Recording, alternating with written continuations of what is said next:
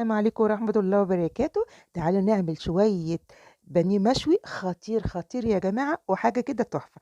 معايا ملح وفلفل اسود، ومعايا بهارات سبعة، ومعايا رشة بسيطة من الجنزبيل، ورشة بسيطة من البصل بودر، ومعايا رشة بسيطة من جوز الطيب وسماق. بجد التوابل اللي انت بتحبيها ممكن تحطيها عادي، مفيش مشكلة.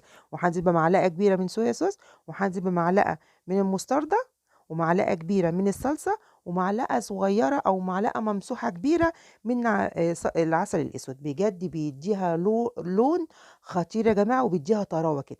بعد كده هابدأ بقى أنزل كده بالبانيه، أخلطه كلّه مع بعضه، وهاسيبه حوالي كده بتاع ساعة، زي ما أنتم هتشوفوا كده.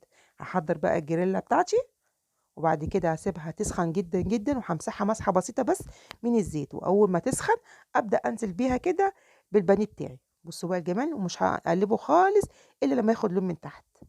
بجد تحفة وأنضف من برّه وخطير يا جماعة بجد. وكمان أنا بقى عاملة تفريز للطماطم، ونزّلتها لكم قبل كده في القناة، بس هانزّلها تاني. وخدت بقى شوية صلصة كده، عملت شوية مكرونة بجد عظمة يا جماعة. بُصّوا، بُصّوا لونها أصلًا عظمة، مع شوية بقى دقة كده، بجد خطيرة، خطيرة، خطيرة.